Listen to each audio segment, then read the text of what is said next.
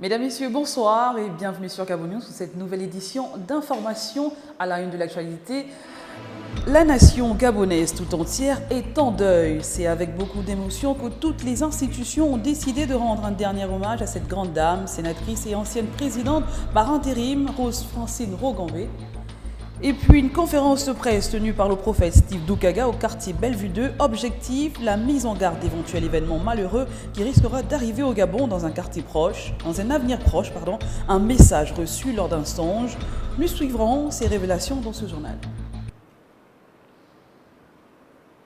Nous ouvrons ce journal avec une note triste. La dépouille de Rose Francine Rogambé est arrivée mercredi dernier dans la capitale gabonaise. Ce jour, elle a reçu les hommages de la nation et de plusieurs institutions pour cet événement qui frappe la nation gabonaise. Les drapeaux ont été mis en berne. Kenyon Ngori, Justin Biteke pour le point.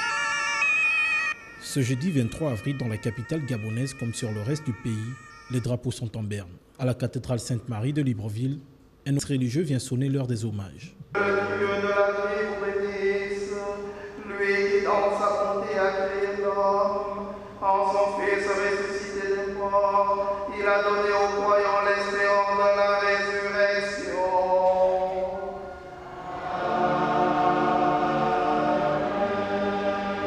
Qu'il vous console dans votre peine, qu'il fasse grandir votre foi.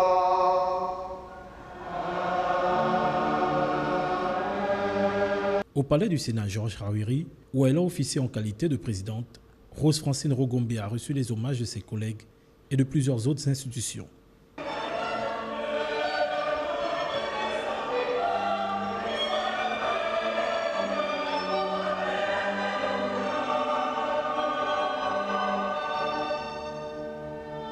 Trois jours de deuil ont été décrétés pour celle qui fut présidente de la République du Gabon par intérim en 2009, présidente du Sénat et première femme magistrat de ce pays. Voilà, et la rédaction de Gabon News tout entière se joint à moi pour présenter les condoléances à la famille de Rose Francine Rogambé. Autre chose à présent, laisser le journalisme prospérer vers une meilleure couverture de l'information, l'égalité des genres et la sécurité des médias à l'heure numérique, tel est l'objet de la rencontre des membres de l'association du ministère de la Communication et de l'UNESCO au Gabon pour l'organisation prochaine de la Journée mondiale de la liberté de la presse. Le point avec Wildy Ologué et Marvin Beryl. Suivez. Les agents et membres des associations du ministère de la Communication et de l'UNESCO au Gabon ont tenu une réunion ce mercredi 22 au siège de l'UNESCO pour s'accorder sur les différents points qui feront l'objet de la Journée mondiale de la liberté de la presse qui aura lieu à Libreville du 2 au 4 mai prochain. La thématique de la journée, c'est de laisser prospérer le journalisme vers une couverture de l'information, l'égalité des genres et la sécurité des médias à l'ère du numérique. Au niveau du Gabon, trois thématiques, sous-thématiques ont été identifiées, à savoir la gouvernance de l'Internet et la protection des sources à l'ère du numérique. Nous avons aussi identifié l'égalité des genres dans la presse et enfin la sécurité des journalistes.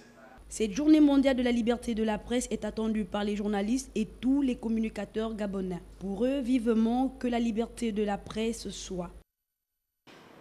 Le prophète Steve Doukaga a prononcé un discours prophétique à la nation ce mercredi 22 avril à Bellevue 2. Il est au cours de cette conférence il a émis un discours où il dit que le Gabon foncerait droit vers une guerre sanglante. C'est une plateforme de discussion entre partis politiques et forces vives du pays n'est pas mise en place dans l'immédiat.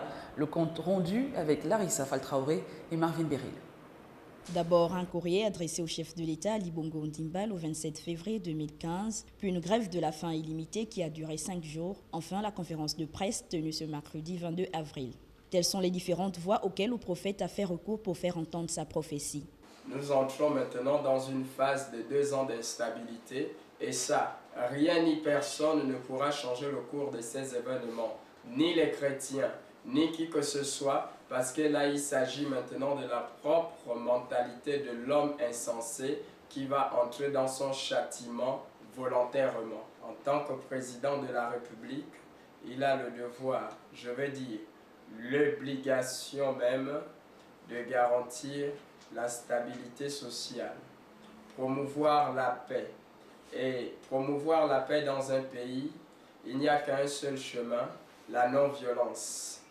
Voilà pourquoi, dans le dernier point, qui est Dieu décide maintenant que nous puissions ouvrir le livre des révélations sur la République gabonaise, notamment les événements futurs. Nous aurons ici la présentation de la situation actuelle du pays, ensuite les avant-derniers avertissements sur la classe politique nationale sans exclusion, et enfin les déclarations sur les événements futurs. Voilà les 3 points qui nous restent à parler. Le discours prophétique à la nation prononcé ce jour par Steve Doukaga allait à l'endroit des partis politiques et des forces vives de la nation dans le but de la tenue d'une concertation nationale imminente afin d'épargner le Gabon de tout mauvais présage. Toujours dans le cadre de la conférence de presse tenue par le prophète Steve Doukaga à Bellevue 2, dans le but d'attirer une fois de plus l'attention des partis politiques et les différents acteurs de la société sur les événements pitoyables qui pourront secouer le pays dans les mois à venir. 2 autres hommes de Dieu se sont joints à lui afin de déclarer ainsi la même prophétie. Le point avec Larissa Faltraoré et Marvin Berry. La conférence de presse organisée par le prophète Steve Doukaga n'a pas laissé ses pairs religieux indifférents. 2 autres hommes de Dieu étaient aussi de la partie. Il s'agit du prophète Yann Kogou et l'apôtre Lewis Israël Muti. Ces derniers ont également fait des déclarations prophétiques sur le Gabon au cours de celle-ci. Des événements sont arrivés dans notre pays. Nous souhaitons que le peuple gabonais, premièrement, puisse se ressaisir, mais particulièrement avec les événements qui se passent dans notre pays, Dieu a pu révéler les plans qui se passent en secret. Nous venons parce que nous avons reçu quelque chose de la part du Seigneur et nous croyons que le temps est arrivé pour nous de parler à la nation. L'objectif pour lequel le Seigneur nous appelle, c'est pour être avec lui. Il nous attend, Gabonais, Gabonaises, hommes, frères, dans le Seigneur, dans sa présence. Fléchissons les genoux pour notre nation. Fléchissons les genoux pour notre pays. Nous ne sommes pas chrétiens des assemblées, nous sommes chrétiens pour notre Dieu. Nous ne sommes pas chrétiens pour orner nos églises, nous sommes chrétiens pour faire des nations, en l'occurrence la nation gabonaise, disciples de Jésus. Pour rappel, la conférence de presse était axée sur 3 principaux points: la présentation de l'état actuel du prophète Steve Doukaga, les conclusions de sa grève de la faim et l'ouverture du livre des révélations sur le Gabon. Aussi, les paroles prophétiques déclarées par ces hommes de Dieu s'accompliront-elles? Rien n'est moins évident. Une chose est sûre, Dieu parle toujours à travers les hommes. Le groupe VAMED est allé chez le ministre de la Santé et de la Prévoyance sociale ce mardi dernier pour faire le point sur la situation du règlement des factures, sur l'ouverture officielle du centre hospitalier universitaire de Vendo et sur le prolongement du contrat qui vise à réhabiliter les centres hospitaliers régionaux de Port-Gentil, de Franceville et d'Oyem. Les détails avec Justin Bitégué. Spécialiste dans la construction des hôpitaux, la maintenance et la formation médicale, le groupe VAMED est allé finaliser les dossiers des factures impayées et des contrats qui le lient à l'État gabonais. Possible que tout ceci puisse être bouclé dans les meilleurs délais. Nous avons fait le point avec Monsieur le ministre sur la situation du règlement de ces maintenances et sur l'ouverture d'Owendo et sur la prolongation des contrats de maintenance des hôpitaux régionaux, des Tchibanga, Makoukour, les 6 hôpitaux régionaux. Donc c'était pour faire un point pour le futur. Pour ce qui concerne l'ouverture du CHU de Vendo, sa mise en service est imminente, mais tout commence par la formation du personnel. Le CHU de Vendo, nous sommes en train de faire la mise en service, donc en faisant la passation des locaux à la direction générale de l'Ovendo. Et nous allons commencer la formation avec le service radiologie pour une ouverture très prochaine. Et la date d'ouverture sera décidée par les autorités gabonaises, pas par moi. Mais c'est prêt, dans quelques semaines, ça pourra être ouvert et avec une ouverture progressive. Une rencontre future qui garantit un prolongement du contrat du groupe VAMED sur la réhabilitation des autres hôpitaux dans 3 provinces du pays. On parle à présent sport avec la finale du premier championnat féminin organisé à Chibourga dans la Nyanga. La Fédération gabonaise de football, FEGAFOOT, a organisé une excursion pour toutes les sélections ayant participé au tournoi. S'il choisit la plage de Mayumba à 105 km de Timanga. Martial Tonga et Rufituga y étaient. Après l'effort, le réconfort. 11 jours durant, les sélections féminines des 9 provinces du Gabon ont rivalisé de talent. Pour le réconfort, la plage de Mayumba ne pouvait que leur faire du bien. Non, elle est très belle et puis bon, les vagues ne sont pas pareilles que celles de Libreville. Et vraiment, le temps ici est vraiment joli.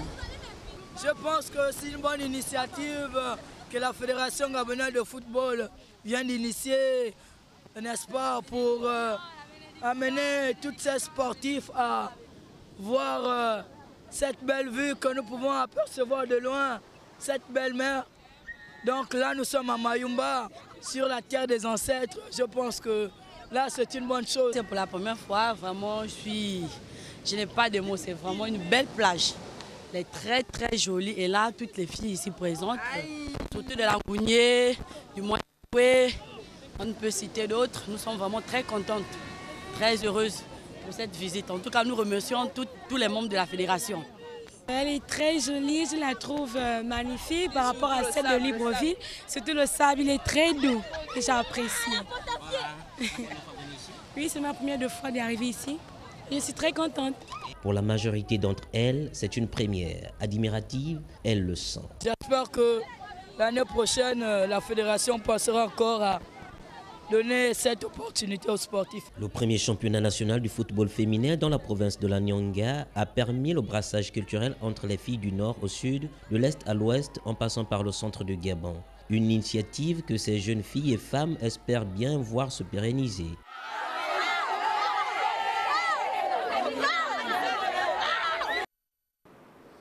Voilà, c'est sur une magnifique plage de Mayumba que prend fin ce journal. Merci de l'avoir regardé. L'info se poursuit sur www.gabonews.com.